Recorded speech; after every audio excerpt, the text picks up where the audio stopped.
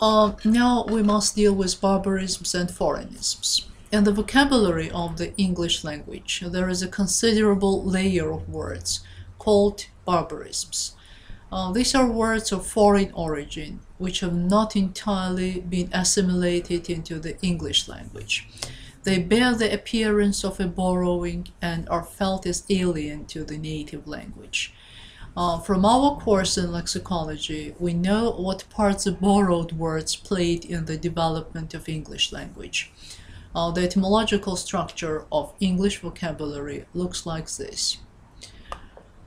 The native element, Indo-European element, Germanic element, and English proper element, and the borrowed element. Celtic borrowings, Latin borrowings. So here belong three groups: 1st century before Christ, 7th century Anno Domini, and the Renaissance period. Scandinavian borrowings, French borrowings, so Norman borrowings, Parisian borrowings, Renaissance borrowings, Greek Renaissance borrowings, Italian borrowings, Renaissance and later, Spanish Renaissance borrowings and later, German borrowing, Indian and Russian borrowings.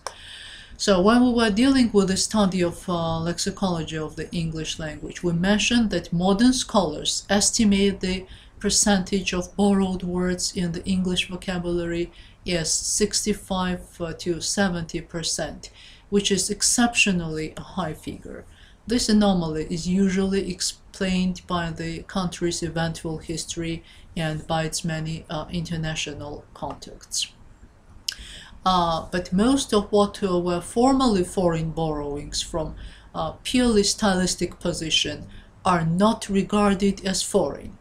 But of course there are some words which retain their foreign appearance. Most of them have corresponding English synonyms. Chic, which is stylish, bon mot, witty saying, en passant, in passing. So we must distinguish between barbarisms and foreign words proper. Barbarisms are words which have already become facts of the English language. They are a historical category. Etymologically, this term rooted in barbaros, the babbling outsider, unable to speak Greek. The greater part of barbarisms was borrowed into English from French, such as protégé, apropos, many foreign words which were used in literary English to express a concept non-existent in English reality, have little by little entered the class of words named barbarisms, and they have gradually lost their foreign peculiarities and have merged with the native English stock of words. In fact, barbarisms are assimilated borrowings.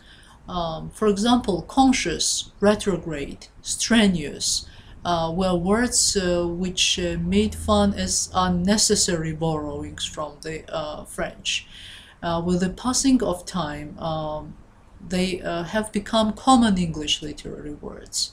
The same can be said of the words scientific, methodical, penetrate, function, obscure, which were once barbarisms, but now they are lawful members of the common literary word stock of the language, of English language, of course.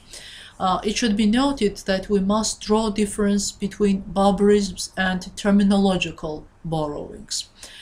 Such words as solo, tenor, concerto, and the like should also be distinguished from barbarisms. They are terms. Terminological borrowings have no synonyms.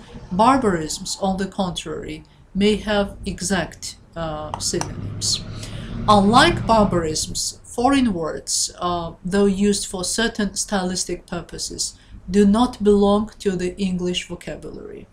They are not registered by English dictionaries. In printed works, foreign words and phrases are generally italicized to indicate their alien nature or their stylistic value. Both foreign words and barbarisms are widely used in various styles of language with various aims. One of these functions is to supply local color. In order to depict local conditions of life, specific facts and events, customs and habits, special care is taken to introduce into passages such language elements as will reflect the environment. In Vanity Fair, Thackeray takes the reader to a smaller German town. By introducing several German words into his narrative, the author gives an indirect description of the peculiarities of the German menu and the environment in general. The little boy, too, we observed, had a famous appetite and consumed Schrinken and Braten and Kartoffeln. The German words are italicized to show their alien nature and at the same time the stylistic function in the passage. Though these words have not become the facts of the English language, the function of the foreign words used in the context may be considered to provide local color as a background to the narrative.